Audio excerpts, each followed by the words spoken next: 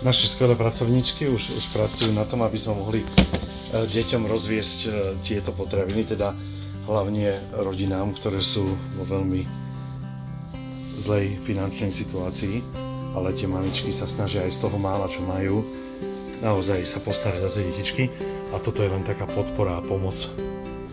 S týmto autičkom ideme, teda idú oni tak, naše dobrovoľníčky. Pozrite sa, čo všetko sme tým našim rodinám zohnali. Aj sladkosti, aj veci, aby tie detičky naozaj mali. Toto je Uwe Miško, zástupca Minibodky a on chystá tým deťom veci do školy. Tých detí je strašne veľa.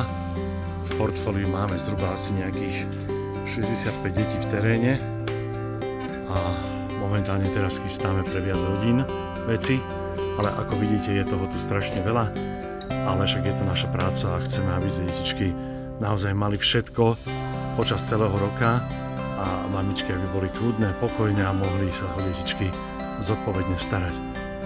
Veď keď sa budeme my starať o detičky, tak budú mať deti krásnu budúcnosť a my tiež. A tu sú naše nádherné dobrovoľníčky Minibodky. Oni sa tak trošku hanbia, ale sú úžasné, sú to dvojičky, ale veľmi nám pomáhajú. Viete, komu ideme pomôcť mládež? Deťom po celom Slovensku.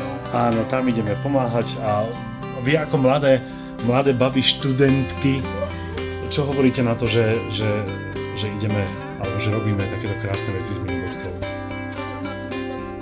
Že máte z toho dobrý pocit. To je fajn. Aj my. A tešíme sa, že ste s nami. Čaute, babenky.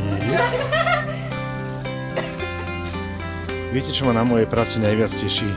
To je to, že deti budú mať plné brúška, budú mať pekné oblečenie, budú mať všetko, čo potrebujú, aby mohli dôstojne začať školský rok a nehambili sa za to, že nemajú doma pračku alebo niečo podobné. My všetko sa snažíme pomaličky počas roka zabezpečovať.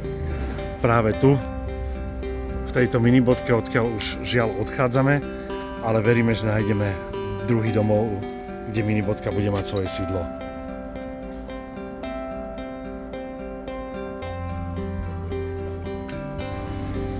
Tak a už odchádzajú za deťmi.